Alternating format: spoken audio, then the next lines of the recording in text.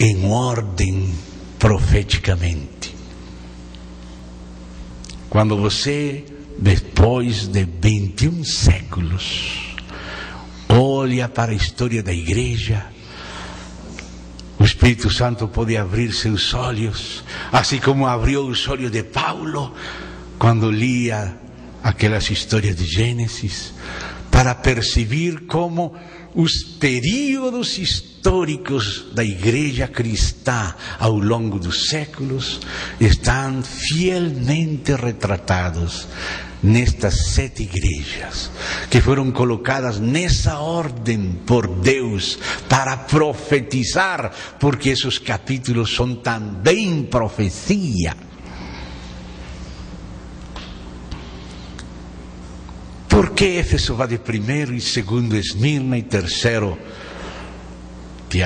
Pérgamo e quarto Tiatira e quinto Sardes, sexto Filadélfia e no final Laodiceia?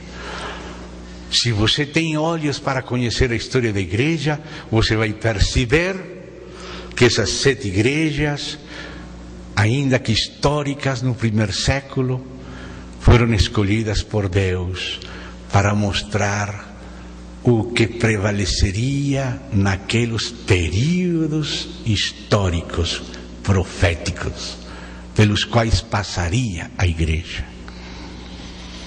Então a igreja imediatamente, a primitiva, aquela que veio depois da morte dos apóstolos, quando só vivia João, estão representados no período, vamos agora falar do período de Éfeso.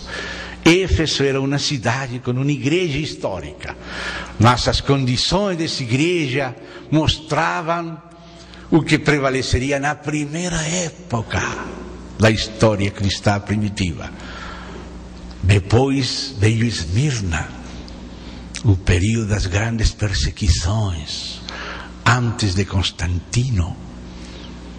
10 grandes perseguições que são aludidas por 10 dias de perseguição, que fala Deus, Cristo de parte de Deus e pelo Espírito, a igreja em Esmirna.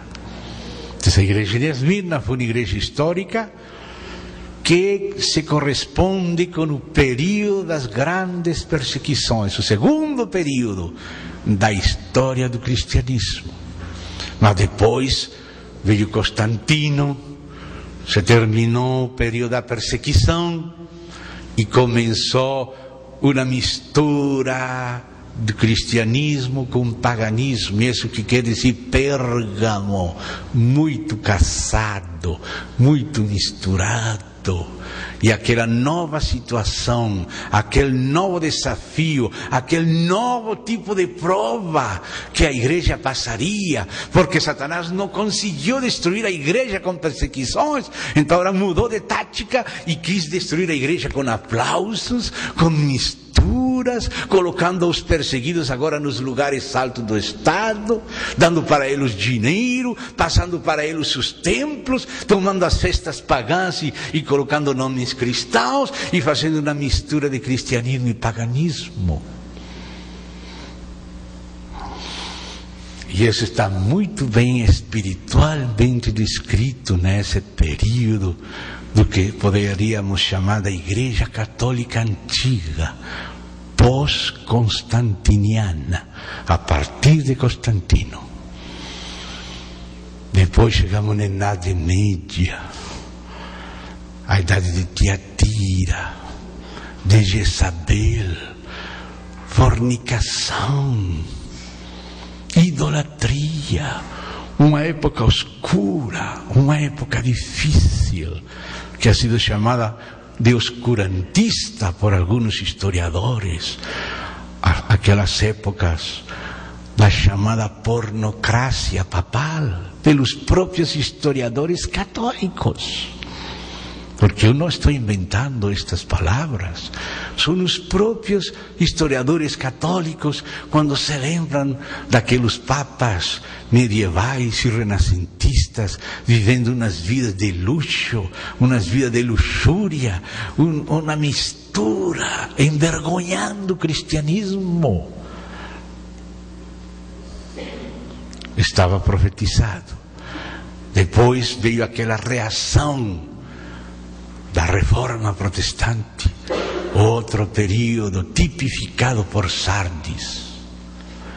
Mas depois tinha que venir Filadélfia, superando o denominacionalismo que saiu da reforma, para ser Filadélfia, que quer dizer amor fraternal. Filio e adelfo são as raízes da palavra Filadélfia.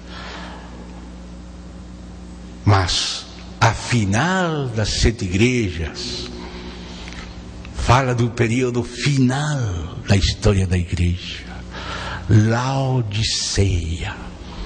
O ênfase nos direitos humanos, no laicado, no povo, às vezes até desequilibrado, porque certamente houve épocas ditatoriais, como Jezabel em Tiatira, mas veio uma reação anárquica, levantando-se contra toda autoridade, incluso legítimas. A gente falando de prosperidade, sou rico, não preciso de mais nada, e não sabendo que é pobre e miserável, que está nua. Acaso não está esta época atual, contemporânea, muito bem retratada em Laodiceia? Então aí nos damos conta como aquelas igrejas históricas foram escolhidas e colocadas em uma ordem especial por Deus para profetizar. Mas às vezes coisas que prevalecem numa época, que são o espírito da época. Você tem ouvido falar o que significa o espírito da época? Não todas as épocas estão no mesmo espírito. Existem marcadas diferenças nas épocas.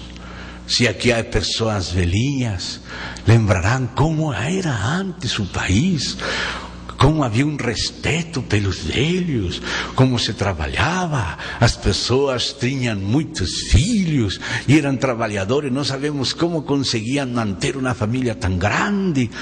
E agora os mesmos velhos dizem, mas que diferente esta geração atual, com a televisão, com a rádio, com a internet, mas é outro espírito. O espírito da época atual é diferente ao espírito de outras épocas. O espírito da época da reforma foi diferente ao espírito da época medieval. O espírito da época primitiva é diferente ao espírito da época moderna.